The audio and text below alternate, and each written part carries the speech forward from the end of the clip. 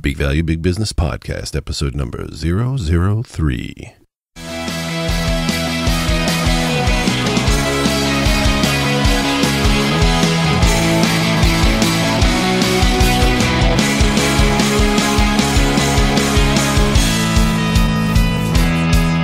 Welcome to the Big Value, Big Business Podcast with James Lynch, where we talk with today's most successful marketing minds about getting the right message in front of the right people and getting the right people to become your customers for life. And now, your host, James Lynch.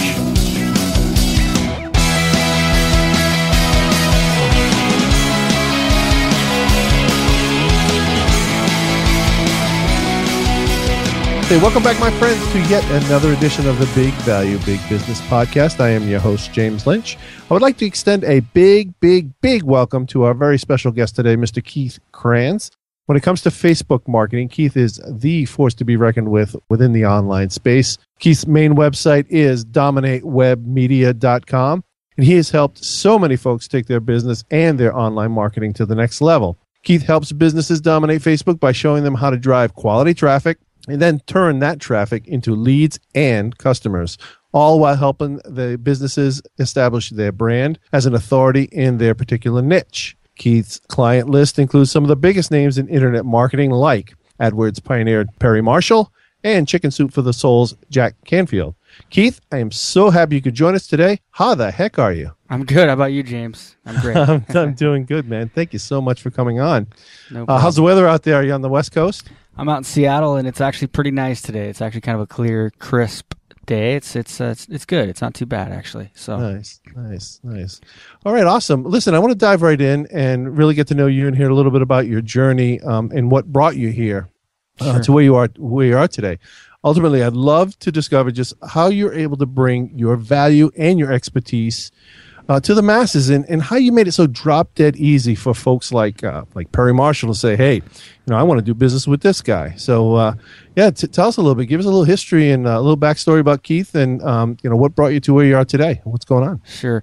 It's funny when it comes to what I've noticed over the past couple years working with people like that, and some other big names too that I work with, is it's all about positioning, number one, and being a people person, being meeting the right people and having people like you. And I'm just starting to really realize that really is an important thing. So if you can provide value, you have to have the number one, spot, but then being able to make that next step to connect with somebody. Maybe it's in person at an event. We can get into that more later, but back in the day when I first started and I was meeting people at Chamber of Commerce meetings, and getting my confidence by picking up a client from Chamber of Commerce. And so it's pretty interesting. But before, like you said, my background originally was to become an airline pilot. I've got about 4,500 hours, and I flew for Horizon Air, which was part of Alaska Air, and I loved it. I loved flying, and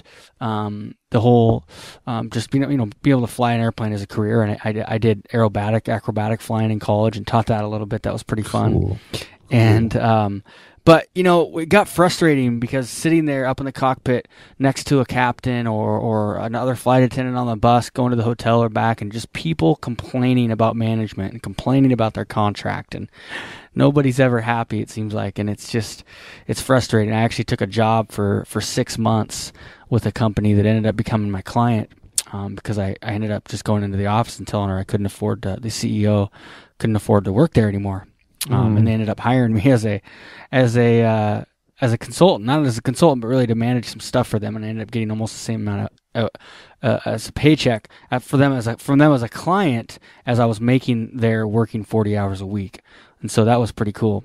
Fantastic. That's awesome. But the reason I bring that up is that those 6 months, it was brutal. I mean, I wasn't working 40 hours a week. I was really leaving, an hour before, actually about 45 minutes before, and getting home, 45 minutes after that. And when you've got a, 3-year-old boy at home that you can't you're used to seeing a lot more. It wasn't fun, and so I couldn't handle it anymore.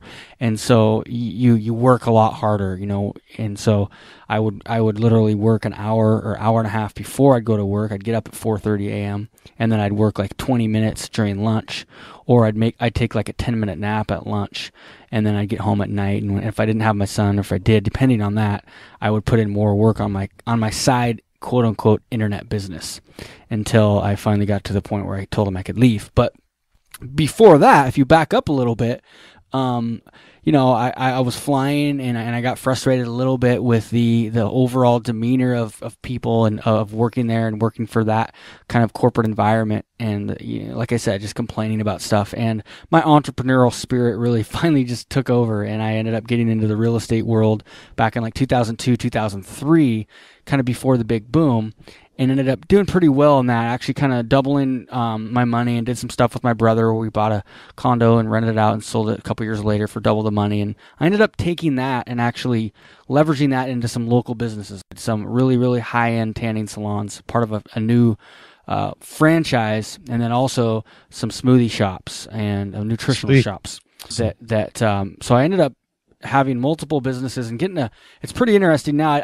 I realize now that how much that has affected what I do now with the Facebook ads training, and why I appreciate Facebook ads so much, because of what the stuff that we would do as a real business when it comes to whether it's a $10,000 billboard or doing a co-op with other owners on a radio ad or a TV ad or a direct mail campaign. And it was expensive, and the stuff that we can do now, it just blows my mind. So, I ended up having some great businesses, but I went through a brutal phase, in 2008, 2009, where I went through a cash flow crisis, where basically I had a really profitable business, as an annual basis, but because of situations with the business model changing, banks drying up, fear, all this stuff, it wasn't really the economy, but it was the economy that caused me not being able to go, get more money when I needed it.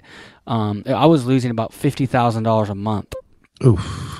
And with a profitable business, because we were in busy season and we weren't getting any of the money up front. It's a long story. I don't want to go into it now, but and then the smoothie shops, they really weren't money makers. They took from my other profitable businesses, so that was brutal. But it sucked. It really did suck. And but it was such an amazing lesson that I got to learn. And while I owned these businesses, I was really starting to dig into the internet side, and I was so just infatuated by the ability to reach anybody in the world. It was awesome. So I started doing everything I could, learning everything I could, buying coaching courses, flying to San Diego to learn from great people, to LA to learn from awesome people. And that was what really did it for me. And I just kind of made a transition about 5 years ago into full time. And like I said, I actually worked for a company doing internet marketing, e-commerce stuff for about 6 months. And until I had to tell them I couldn't afford to work there anymore. And I really did tell her that. It was exactly how the wording went. And so, but now, ended up transitioning into the Facebook ads world, because I fell in love with the ability to be able to target people based on so many factors and get your business in front of somebody and grow it. So kind of a long story short. No, I love it, man. I love it. I love that's everyone's dream. It's like, look, I just can't afford to work here anymore. It's as simple as that. And that's so. And they turned around and hired you as a consultant, and so it was a win-win. That's freaking awesome. Your big breakthrough as far as now, you've been online about 5 years, and I harken back to Perry Marshall, and I remember listening to a Facebook series. It's like a long series, like 3 segments, about 1 hour segments of just over the top free content. Mm-hmm. And of course, there was plenty of opportunity to buy, the premium content. But, this is the kind of value that I'm talking about. I mean, a person could literally, they could have walked away with just that free content and been light years ahead of anyone else. I mean, you rolled out all the new targeting that Facebook was doing at the time. Yep. And it keeps increasing. It's about the big money grab with with them going public. But what goes into that? I know you were working with Perry a little bit and doing, and this is not, I'm sorry, I don't mean this to be the Perry Marshall show, but that's where I really got to know you. Sure. That's okay. But what goes into that? I don't even want to call it a freemium model, but that it was just so much content. I mean, where's the break-even point? I mean, I know you were helping him with his book, and that was really successful. But can you tell me a little bit about the mindset there? And because that's what I'm trying to get across with value, giving more value. So it's funny because me and Perry are doing another program together, and at the beginning of February, and in that relationship, it first started with me running ads, me helping his director of marketing, Jack Bourne. Mm-hmm. He reached out to me because somebody that Perry's in a mastermind with was one of my clients, and they told Perry that I had, actually it was before that, I think. It was Jack had reached out to me because the same guy had said something to me about me helping him with his business. And then I started helping Jack over the phone with some of his stuff, and some Perry giving him tips and ideas, and maybe we talked about maybe me helping manage some ad campaigns. So then what I ended up doing, then Perry had actually heard somebody else had said something. The same guy, I think, that's in his mastermind was one of my clients that I, by the way, met at one of his events. Cool. Big. That one event, me meeting going to one event, really has light sped up my entire path over the past 2 years. One event. But there's also more things that go into this. It's pretty amazing on what can happen with like the meeting one person, and you do a good job for them, and then they connect you to all these other people.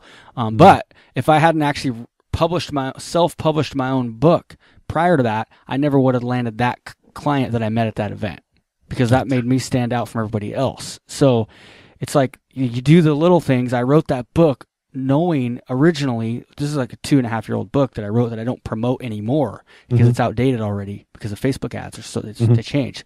But I wrote that originally as a positioning tool and resource, and I think that goes along pretty well with it sounds like the theme of your podcast and brand is create value, build your brand, build your authority, and then good things will come.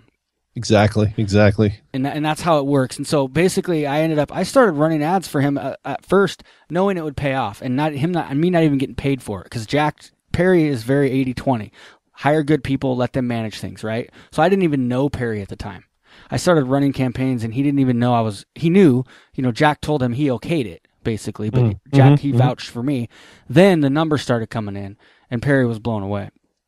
That's cool. So then the next thing led to another. So now working with Perry, and even the relationship I did with Perry, even the program that we did together, that's not a normal like a joint venture partner thing. That's not a normal like 50-50 or I don't even make that much money off it. But the money that has already made me on just side stuff, high end coaching, my programs, it's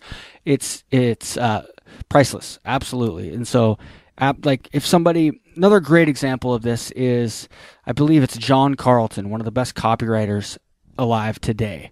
He talks about when he was young, just getting into the business, he went and, you know what? It's not actually John Carlton. Yeah, maybe it is. It's John Carlton, I believe. He went and he interned, basically worked for free for, what's his name? He's one of the most famous marketers today and copywriters.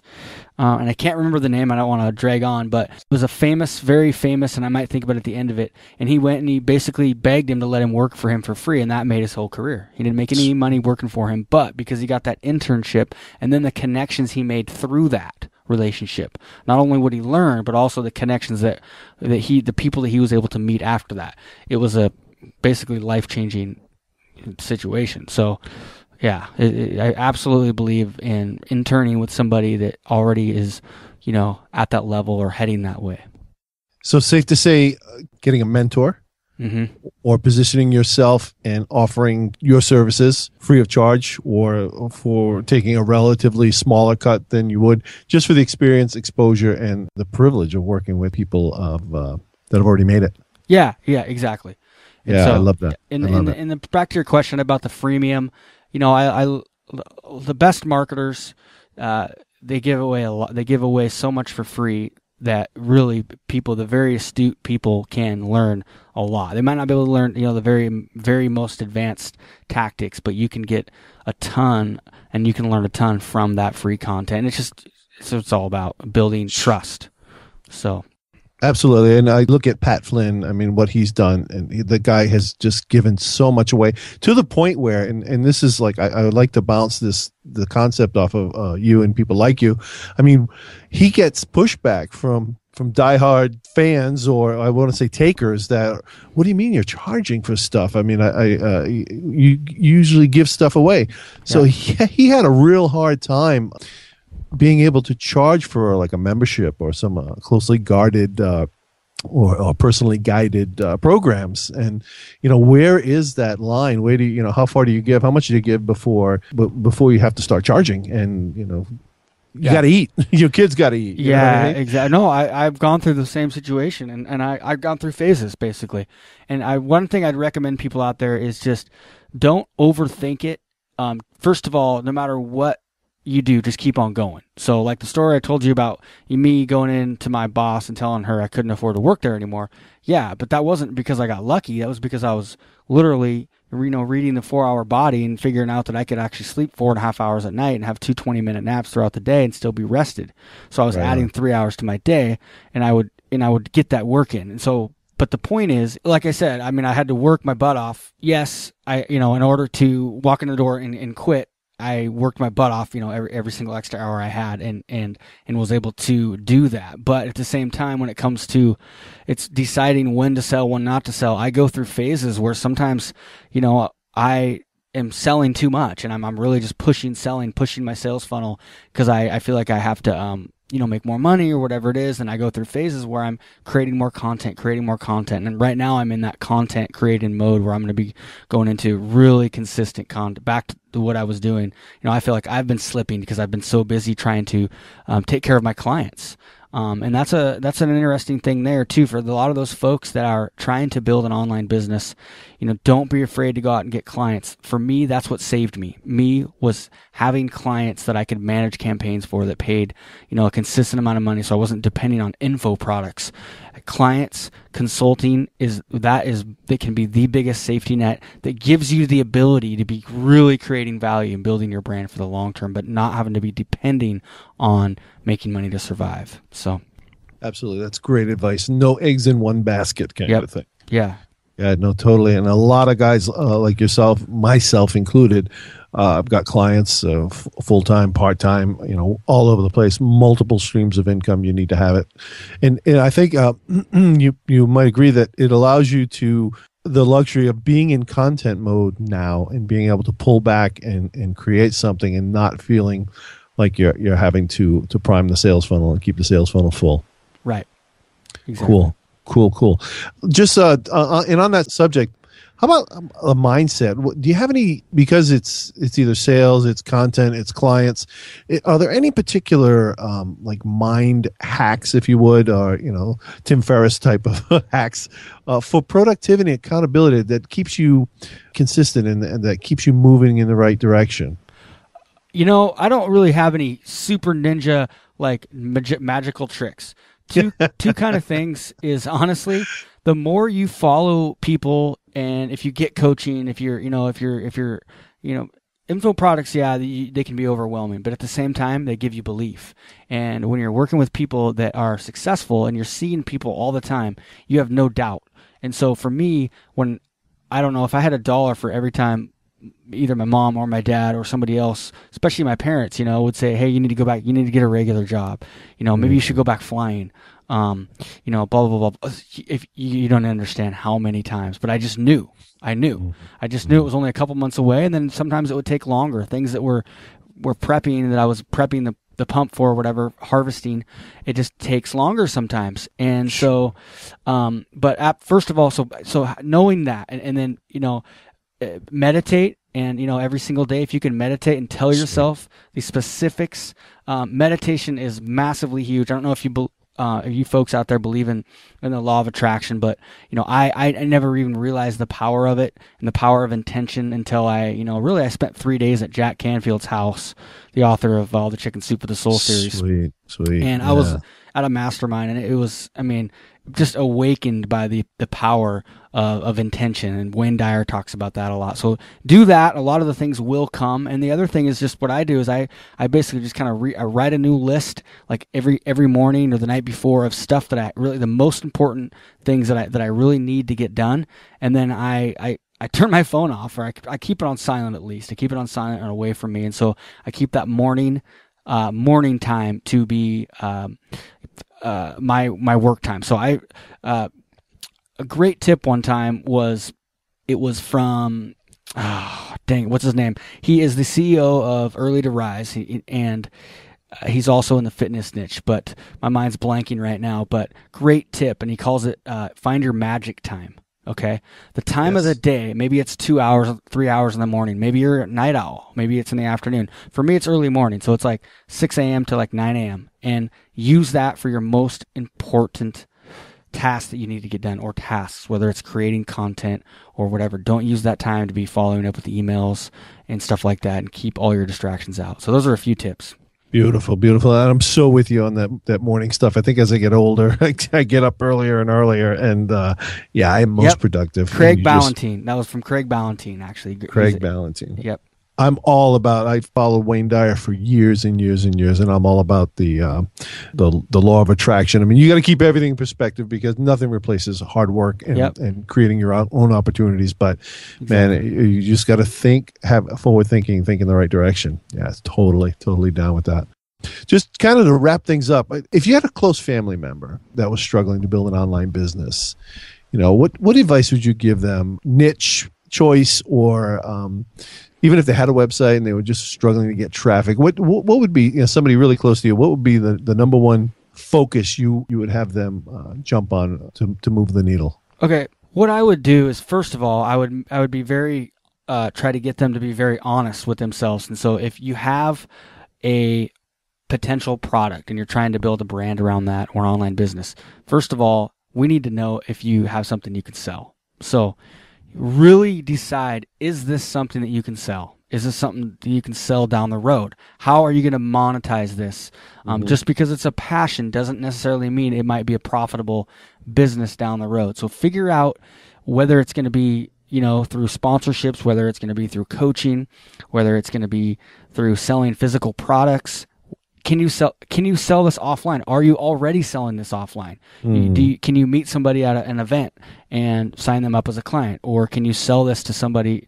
That's a big deal for me, because for an example, if I take a Facebook ads client on, I've had clients before where they had an idea and they had something that they thought would be great, but it ended up not being. It made my job so difficult, because they were coming to me for ideas on like what to sell and what to point and everything like that.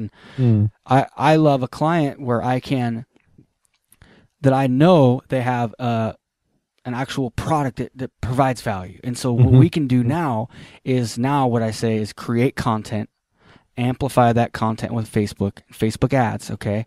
Take that content that you created, use the targeting capabilities of Facebook ads, and get that in front of your exact ideal target audience. Whether it's somebody that likes, Wayne Dyer, if you're into The Secret, whether it's somebody that likes tennis, or whether maybe you're targeting somebody that has a high income. You can target people now based on their net worth, based on the food that they buy at the grocery store, organic foods, or the car that they drive, those types of things. But figure out, do you have that product? And then you have to really, the more you can become an authority and in your market. And so the more you find out that the search engine optimization game is going away, the more that you realize you really do have to create value and create content. But you can speed things up. You can speed things up with Facebook by using Facebook ads to get that content out in front of your ideal audience, and then having systems like a good lead magnet and retargeting in place to capture that visitor, every single visitor that you bring there. And so it's an interesting strategy. There's a recent article that I was interviewed on Crazy Egg blog, and that I talk about this strategy of promoting your content with systems in place to move that visitor back into your automated sales funnel. And so the two major tips is, first of all, make sure you've got something you can sell, you can monetize. Second, create content and become an authority in your space. Sweet. And along with all that, big value, big business. Exactly. No, I love it. You touched on value several times, and that's perfect. I appreciate it. Keith, tell us, just give us some parting shots, current projects you're working on, anything you want our guys to know about, what's coming down the pike for Keith Kranc. I'm pretty excited. I just signed a book deal with Entrepreneur Magazine, Entrepreneur Press. So congratulations. Yeah, so it's actually co-authored with Perry Marshall. And so we just got the deadline pushed back, so I'm pretty stoked. We don't have to have the actual manuscript done now until May, it sounds like, which will be coming out in the fall, probably October. But I'm also working on some pretty cool things. On the Facebook side, I'll be, I've got a lot of free resources, though. I'm just finishing up. By the time this goes live, it should be live at my Facebook checklist, which I just redid. I'm just about done with it. It's not published yet, but as we speak. But it's basically a Facebook checklist, and it's a step-by-step guide on how you can use Facebook to grow your business. So, and how you can implement to really start generating leads and sales with Facebook ads, and your blog, all kind of combined in one. So really, if you can get that for free at dominatewebmedia.com, you'll see it there somewhere, and then you can find out. I've got programs on there and stuff like that too, if you want to get into my membership, and where I do monthly calls, group calls, and lots of training back there too. So we can find everything at dominatewebmedia.com. Yeah, just go there, get the free stuff, and if you like that, then you can check out some of my paid trainings, and I've got monthly membership, and I've got a ton of content, 40 plus hours of training videos in there. So beautiful. And anything else you want to leave us with? Any other contact or? No, one thing is just you got to do the work. Just kind of like Gary Vaynerchuk. It's another great book.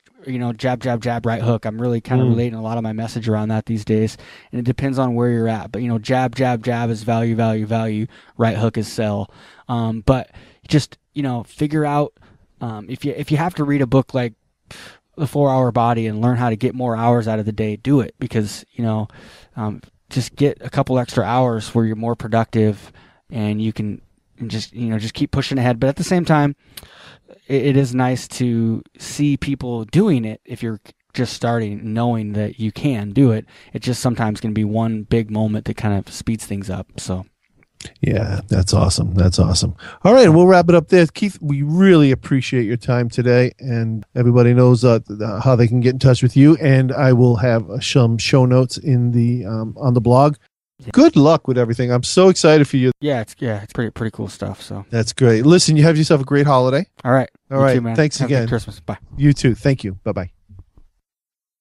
Alrighty, I hope you enjoyed my chat with entrepreneur and Facebook expert Keith Kranc. You can visit Keith at www.dominatewebmedia.com. There, grab his free Facebook checklist, and keep an eye out for Keith's new book coming out in October 2014. The publisher is entrepreneur.com/entrepreneur press. You can find the show notes and the transcript for this interview at bigvaluebigbusiness.com/episode 003. Or just go to bigvaluebigbusiness.com and type Keith into the search box for easy access. And while you're there, I'd love to get your comments on this interview. And also while you're there, let me know what some of your biggest business challenges are, and I will seek out the expert to bring them on the show and get you the answers you need. I hope we brought some big value to your day. You take care, and I'll be talking to you real soon. Thanks for listening to the Big Value Big Business Podcast at www.bigvaluebigbusiness.com.